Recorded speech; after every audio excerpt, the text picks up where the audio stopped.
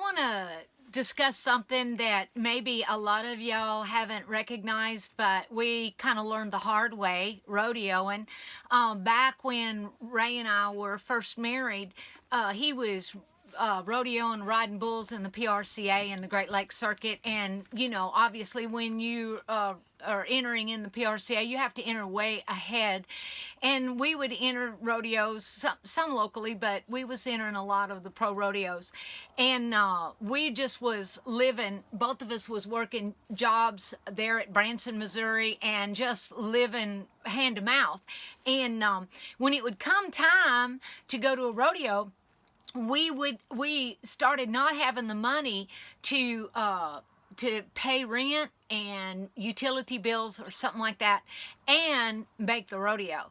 And so obviously what we would do is we just figured, hey, we'll go to the rodeo because he's really a good bull rider, and, you know, then we'll win enough money to be able to pay everything and have left over. Right now, if we take this, we just pay our rent, utilities, we don't have anything left over.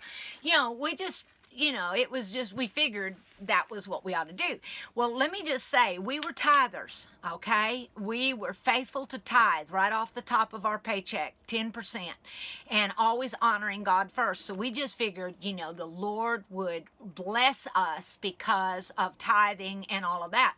Well, we just got in such a slump. I mean, Ray was a really good bull rider, and we'd go to these rodeos, and he it's a terrible way to say it, but it's like he couldn't ride a sick pussycat. I mean, he would just, it would just fall apart. And we couldn't understand it. And we got so far behind. And so we started really seriously asking the Lord, what's going on? Because we're tithers, you know. We ought to be being blessed. The word says, you know, you'll be blessed if you're a tither. And a lot of people think, well, that's Old Testament, Old Covenant. It's the law. It is not. Tithing was hundreds of years before the law. It was instituted in Adam and Eve time, and then Abraham tithed, and that was 430 years before the law. Tithing has nothing to do with the law. Matter of fact, in Matthew 23:23, Jesus himself told the scribes and Pharisees, you're even tithing herbs and all, and he said, but you're forgetting about the meatier things, the weightier things like love and respect and all that. And he said, you should do these things and still do the other. And in Hebrews 7, it talks about tithing and said, here, you know, the priest receive your tithe, but there Jesus receives it. So tithing is, it's constant. It hasn't anything to do with law or Old Testament. The Bible basically says where your heart is where your treasure is where your heart is. So if your treasure is your pocketbook, you're going to honor that before you honor God. But what I want to talk about here isn't about tithing. I just wanted to say that we were tithing, and so we just thought we would be blessed. Well, we really seriously got to praying and asking the Lord what we were doing wrong, because obviously we were doing something wrong. He wasn't blessing us. He wasn't able to bless us. And so one day, all of a sudden, that morning, I read this in Luke chapter 16. I remember running down to where Ray was and saying, oh my gosh, I know where we screwed up. And it's so obvious. But anyway, it's this thought that as long as we were being honorable with God, that God would bless us. Well, we weren't being honorable with people that we owed. I mean, if we would, you know, our rent would be late, our electric bill would be late, and we weren't honorable with other people. We thought keeping it right with God was good enough. Well, it's not. Anyway, in Luke chapter 16, it says this, verse 11. If therefore you have not been faithful in the unrighteous mammon, now let me go back to 10. He that is faithful in that which is least is faithful also in much. He that is unjust in the least is unjust also in much. Therefore, if you've been unfaithful or faithful in the unrighteous mammon or money, who will commit to your trust true riches? And if you have not been faithful in that which is another man's, who shall give you that which is your own. And he goes on down and put this with God too.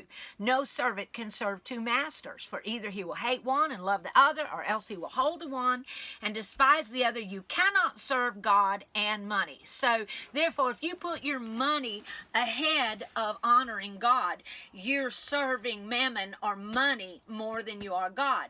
But in this instant, a lot of people will do that. They'll think if you're doing right with God, but you're not doing right with people, that God will bless you. Well, no, he right here. And when I saw that day, I was like, oh my gosh, we're not being honorable with what we owe other people. So we decided right there we would not go to another rodeo until we had everything square.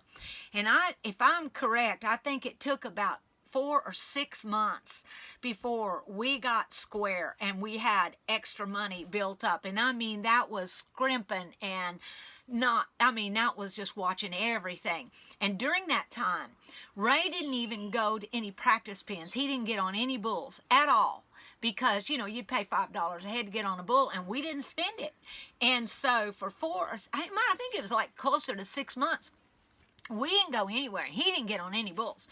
And 4th of July came around, and we had the money. It was square, and we were so excited. It felt like we were let out of prison. And we entered 3 pro rodeos in the Great Lakes Circuit. And Ray hadn't been on a bull in however many months it was. And we went up there, and Ray won 2 of the 3 rodeos because we honored the Lord with our money, and we were faithful with what belonged to God, and we were faithful to what belonged to other people. We weren't scrimping other people at all, and we weren't cheating God. We weren't stealing the tithe from God. Well, it was just a lesson that was awesome, and it stuck with us. Well, a few years after that, I had Tiger, and so I wasn't riding bulls or competing anymore. But when the boys would go to the practice pen, if they had an easy bull there, I was getting on the easier bulls and stuff just because I wanted to. It was no reason, but I just wanted to. And so I was still getting on bulls, and I got on a few broncs. And then all of a sudden I got a call. I don't even remember what year it was, but it had to have been after Tiger was born, and that was 1988. So it might have been 1988 or maybe 89. Who knows? I don't know. Anyway, we got a call from the Professional Women's Rodeo Association, and the finals were coming up at the Lazy E Arena in Oklahoma, and a bunch of girls had gotten killed off by some of the tougher bulls. There was some rank bulls. They turned loose on them and broke some girls with bones, broke their bones and stuff. Well, they couldn't ride at the finals, and the finals was going to be on ESPN and televised and everything, so they were like in bad need for some girls to ride rough stock. So they called me up, and they said, hey, if you would come, we'll put you up in a hotel, we'll pay your hotel bill, and we'll pay your entry fees, and anything that you win, the money-wise, you can keep. Of course, year-end stuff, you wasn't qualifying for any of that, but the pot, just you could win whatever money you won, you could have, and no expenses. And I was like, I didn't have to stop and pray about that. I was like, I want in, because it was just like, yes, I want in. And so anyway, when it come time to go, again, I had the money either to go to Oklahoma from East Texas to do the fuel and all, or the money to pay our rent. It was only like $125 a month, but we didn't have it. And I was like, man, I didn't want to go and be riding on somebody else's money. So I prayed about it, and this is what I did. I went to our landlord, knocked on the door, and visited with the woman that morning, and I brought my Bible, and I said, I need to talk to you. And so I told her the deal, and I told her, I brought the Bible, I read to her what Luke chapter 16 said, and I said, look, I really want to go to this rodeo, and I think I can win some money, but I need the rent money to make it there. And I'm not going to go on your rent money unless you give me your blessing. and say, you can do it. She did him back and she said, oh my, she said, of all the years of all my renters, nobody's ever come to me with that. And so she said, I'm in. I said, you can give me your blessing. And she said, yeah, I'll give you my blessing. And $125 wasn't nothing to them, you know. And I said, yay, okay. So I went, bucked off all the bulls. I didn't do diddly squat on the bulls, but I placed on every horse I got on, and I was setting good for the short go. I'd already accumulated, I don't know, $400 or something like that, and the short go was going to put it up there a lot higher. And so but I remembered when I got there and all this is going on and I've got that money, and I had promised a guy that I would do the music for a little gathering of children, for him to minister to them in East Texas. And to make it to that deal, I had to pull out of the short go.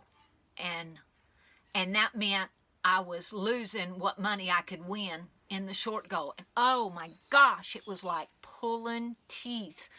I wanted to stay and ride so bad, and we needed the money so bad. And I knew I would be able to win 200, maybe 300 more. And but I was convicted, you know, I'd given my word, and so I pulled out. And I drove to East Texas, and it was just a little group, and I wasn't even ministering, I was just doing the music. And you know, you figure somebody hand you maybe $50. No. When it was all done, there was some kids that got saved. God blessed it. And this man walked up to me and said, hey, we just sold a truckload of cattle, and God has laid it on my heart to give y'all the tithe. And he handed me a check, and it was for $1,200. And I cried. I mean, it was like, oh my gosh. I would have cheated myself out of a huge blessing, if I hadn't been faithful and honorable with what was another man's. Not only the rent that was due, but also the honor of my word that was due. Being faithful with what is set before you. God honors that. He promises in his word. And people can get religious, and I just really dislike that. But people can get religious and think, you know, if they're being religious or right with God, then everything else is going to fall in place. Well, listen, you can't treat people like crap and then be dishonorable and dishonest in finances or with your word or anything like that, and God be able to bless you. It cuts the blessing off, because as he said in Luke, if you're not faithful in that which is least, you won't be faithful in more. And if you're not faithful with what you owe another man, how can God give you what he wants to give you? So this Bible teaching this week is on being honorable, not only to God, but in your business affairs, dealing with people, keeping your word as best as you can, being honorable with what you owe other people, whether it's finances or whether it's just integrity wise. And God will bless it and bring it around to you. He's good. He's faithful to his word, and he always, always blesses those who will put him first and then honor other people because of your honor for the Lord. Because you honor the Lord, you ought to honor your word and be honorable with your finances. This is today's Bible study. Yeah, hope you liked it, and we'll do it again.